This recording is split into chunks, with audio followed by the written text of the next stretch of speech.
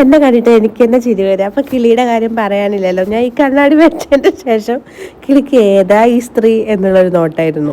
അപ്പൊ നമുക്ക് കാര്യങ്ങളിലേക്ക് കിടക്കാം. ലേണേഴ്സ് എടുക്കാൻ വേണ്ടി പോവാണ് കേട്ടോ. നമ്മള് ഡ്രൈവിങ്ങിലൊക്കെ കൊടുക്കുമ്പോഴുള്ള ലേണേഴ്സ് ഇല്ലേ, ആ സാധനം. ഇന്റർനാഷണൽ ലൈസൻസ് ഉള്ളത് കൊണ്ട് തന്നെ നാട്ടിലെ ലൈസൻസ് എടുക്കണമെങ്കിൽ ലേണേഴ്സ് എഴുതി പാസ്സായാൽ മതി. നമുക്ക് ഡയറക്റ്റ് ആയിട്ട് ലൈസൻസ് കിട്ടും. അല്ലാതെ വണ്ടി ഓടിച്ചൊന്നും കാണിക്കേണ്ട ആവശ്യമില്ല. എല്ലാ കേസസിലും ഇങ്ങനെയാണോ എന്ന് എനിക്ക് അറിയില്ല കേട്ടോ. മേ ബി ചിലപ്പോൾ ഫയൽസും അതുപോലെ നമ്മൾ അറ്റൻഡ് ചെയ്യുന്ന സാറിനെയൊക്കെ ഡിപ്പെൻഡ് ചെയ്തിരിക്കുമായിരിക്കും. കുറേ നേരം വെയിറ്റ് ചെയ്തു കേട്ടോ. കുറേ സമയങ്ങൾ കടന്നുപോയി. കിളിയുടെ മൂഡ് ഇങ്ങനെ മാറി മാറി മാറി വന്നുള്ള ഒരു അവസ്ഥയായിരുന്നു. ആദ്യമൊക്കെ അവൾ നല്ല ചിരിച്ച് സെറ്റായിട്ടിരുന്നു. പക്ഷെ കുറച്ച് കഴിഞ്ഞപ്പോൾ അവൾക്ക് വിശന്നു.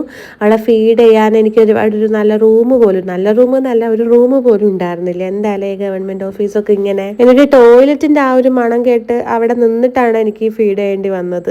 ഭയങ്കരമായിട്ട് വിഷമം തോന്നി. അങ്ങനെ നമ്മൾ പാസ്സായി. 20ൽ 12 മാർക്ക് കിട്ടി. എന്റെ ഫയൽ അറ്റൻഡ് ചെയ്തിട്ടുള്ള സാറും നല്ലതായിരുന്നു കേട്ടോ. ഏട്ടാ ഞാൻ പാസ്സാവില്ലേ എന്ന് എന്റെ ഭർത്താവിനോട് ചോദിച്ചപ്പോൾ അങ്ങേര് പറഞ്ഞ ഉത്തരം കേട്ട് ഞാൻ ഞെട്ടിപ്പോയി ഗൈസ്. ഒരു 6 കൊല്ലം മുന്നേ ഞാൻ ഡ്രൈവിംഗ് പഠിക്കാൻ പോയപ്പോൾ നിന്നെ കൊണ്ട് പറ്റുന്ന പണിയല്ല ഇത് എന്ന് പറഞ്ഞിട്ട് എന്നെ തളർത്തിയ ഒരു ചേട്ടനുണ്ട്. അയാളെ ഞാൻ ഈ സമയത്ത് ഓർക്കണു. നിന്നെ കൊണ്ട് പറ്റും, നീ സൂപ്പറാണ് എന്ന് പറഞ്ഞ് എന്നെ കൊണ്ട് UAE ലൈസൻസ് എടുപ്പിച്ച് എന്റെ ഭർത്താവ് സൂപ്പറാണ്. അങ്ങനെ നാട്ടിലെ ലൈസൻസ് കിട്ടി മക്കളെ. ഇനി ഒരു ഓട്ടോമാറ്റിക് വണ്ടി വാങ്ങണം.